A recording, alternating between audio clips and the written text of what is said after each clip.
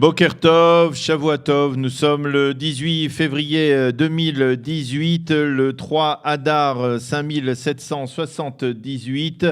Daniel Aïko, micro, David Amara, la technique. Heureux de vous retrouver ce matin sur Studio Kalita pour cette nouvelle heure d'actualité, la première de cette semaine.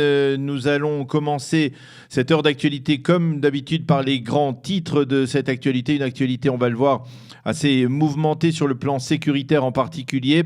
Ensuite, vers 8h10, nous serons en ligne avec Amir Weizmann, membre du Likoud, pour nous parler de la situation dans le grand parti de droite après la semaine mouvementée marquée par les recommandations de la police contre Binyamin Netanyahou. Vers 8h25, Eliana Gurfinkel nous présentera sa chronique Un jour, notre histoire, qui sera consacrée au ghetto de Shanghai, à la création du ghetto de Shanghai. Vers 8h35, je vous présenterai la revue de la presse et des médias israéliens. Et vers 8h45, nous serons en ligne avec Raphaël Yerushalmi, expert en matière militaire et sécuritaire, pour parler de la très vive tension donc, de ce Shabbat à la frontière sud entre la bande de Gaza et l'État d'Israël. Et d'ailleurs, nous commencerons notre premier journal par cette tension, par ces informations qui nous proviennent depuis plus de 24 heures du sud du pays, de la frontière entre la bande de Gaza et l'État d'Israël. 4 soldats israéliens ont été blessés, dont 2 très sérieusement et 2 moyennement touchés durant le Shabbat, lors d'une explosion qui s'est produite le long de la frontière entre Israël et la bande de Gaza. Les 4 soldats ont été acheminés vers l'hôpital Soroka de Be'er Sheva. L'un de ces soldats, il faut le souligner, est le sergent-chef Emmanuel Zerach, qui est le fils du docteur Marc Zera, un ancien Nolé Hadash et un gynécologue réputé à Jérusalem. Et bien entendu, nous envoyons à Emmanuel nos souhaits de prompt rétablissement. Emmanuel qui est qualifié ce matin, nous allons le voir tout à l'heure, par la presse israélienne de véritables héros. Nous y reviendrons donc tout à l'heure dans la revue de la presse et des médias vers 8h35. Selon les premiers éléments de l'enquête, cette patrouille conjointe de la brigade de Golani et du génie israélien, la Hadassah Kravit, s'est rapprochée d'un point suspect sur lequel un drapeau palestinien avait été planté. Et lorsque la patrouille s'est approchée pour ôter le drapeau, cela a actionné apparemment un système d'explosion. Les terroristes ont actionné donc une puissante charge d'explosifs qui a donc blessé sérieusement ces 4 soldats, dont 2 des mineurs.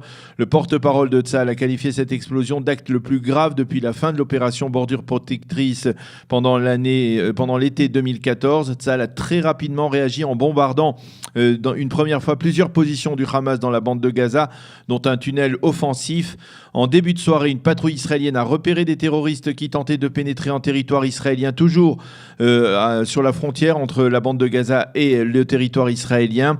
Les soldats ont tiré dans leur direction. Une roquette tirée à partir de la bande de Gaza s'est abattue sur une maison dans une localité du conseil de Sha'ar HaNegev, mais par miracle, la roquette n'a pas explosé.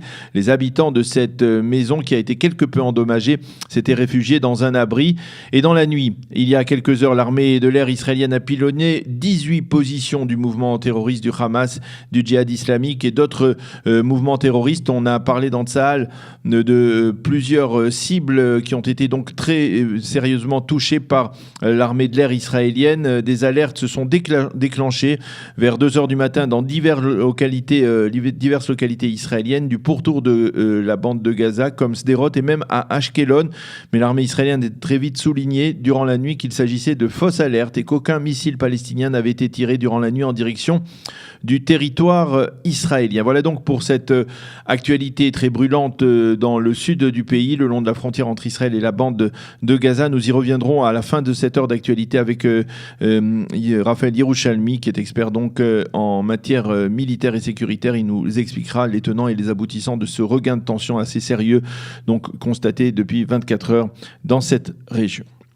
De plus en plus de voix se font entendre en Israël en faveur d'une rupture des relations diplomatiques entre Israël et la Pologne après les dernières déclarations scandaleuses, on peut le dire, du Premier ministre polonais Mateusz Morawiecki, répondant lors d'une conférence de presse à Munich à une question très émouvante d'un journaliste israélien dont la mère a été rescapée de la Shoah mais a souffert de la haine antisémite des Polonais. Le Premier ministre polonais a affirmé qu'il y avait eu des complices de l'Allemagne polonais, comme il y a eu des complices juifs, comme il y a eu des complices complices ukrainiens. Fin de citation. Cette comparaison a bien entendu surpris et fait bondir le Premier ministre Benyamin Netanyahou, qui lui aussi se trouve à Munich dans le cadre de la conférence internationale sur la sécurité.